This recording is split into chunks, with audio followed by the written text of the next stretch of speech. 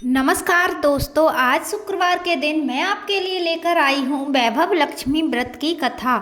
एक समय की बात है, किसी शहर में शीला नाम की स्त्री अपने पति के साथ रहती थी।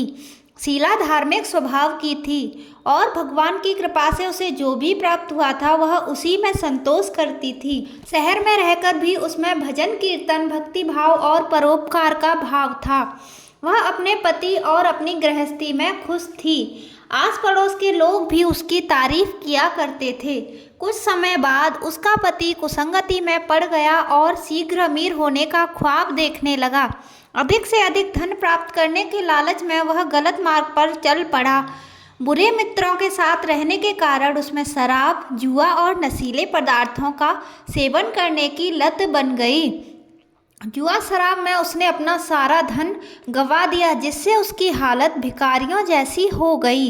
अपना घर और अपने पति की ये स्थिति देखकर शीला बहुत दुखी रहने लगी, परंतु उसे भगवान में आस्था थी। उसे अपने भगवान पर पूरा विश्वास था। एक दिन दोपहर के समय उसके दरवाजे पर किसी ने दस्तक दी। दरवाज़ा खोलने पर सामने एक माताजी खड़ी थीं। उनके चेहरे पर एक विशेष तेज था। वह करुणा और स्नेह की देवी नजर आ रही थीं। शीला ने उनको घर के अंदर आकर बैठने को कहा। माताजी बोली, क्यों शीला, मुझे पहचाना नहीं? हर शुक्रवार को लक्ष्मी जी के मंदिर में मैं भजन कीर्तन के समय आती हूँ। और वे बोली, तुम बहुत दिनों से मंदिर नहीं आई तो मैं तुम्हें देखने चली आई। माँ जी के अति प्रेम भरे शब्दों से शीला को काफ़ी सुकून मिला और उसने माँ जी को अपनी सारी कहानी कह सुनाई। सब सुनकर माँ जी ने कहा, माँ लक्ष्मी तो प्रेम और करुणा की अवतार हैं, अपने भक्तों पर हमेशा दया करती हैं, इसलिए तुम माता लक्ष्मी का व्रत करो, इससे सब कुछ ठीक हो जाएगा। माँ जी ने उसे व्रत की सारी विधि और कथा कह सुनाई और कहा, बेटी, माँ लक्ष्मी का यह व्रत बहुत सरल है। इस व्रत को वैभव लक्ष्मी व्रत कहा जाता है। यह व्रत करने वालों की सभी मनोकामनाएं पूर्ण होती हैं और वह सुख संपत्ति और यश प्राप्त करता है। शीला यह सुनकर बहुत खुश हुई। उसने व्रत का संकल्प करके आंखें खोली तो वहाँ कोई नहीं था। वह सोचने लगी, माँ जी कहाँ गईं? वह माँ जी कोई और नहीं, साक्षात माता लक्ष्मी थीं। दूसरे दिन शुक्रवार था। सवेरे स्नान करके शीला ने माता जी की बताई विधि से पूरे मन से माता वैभव लक्ष्मी का व्रत किया और माता को प्रसाद का भोग लगाया। फिर वह प्रसाद उसने अपने पति को खिलाया। प्रसाद खाते ही पति के स्वभाव में फर्क पड़ गया।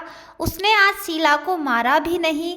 ये देखकर शीला के मन में वैभव लक्ष्मी व्रत के लिए और श्रद्धा बढ़ गई। उसने पूरे भक्ति भाव और विश्वास के साथ 21 शुक्रवार तक वैभव लक्ष्मी व्रत किया।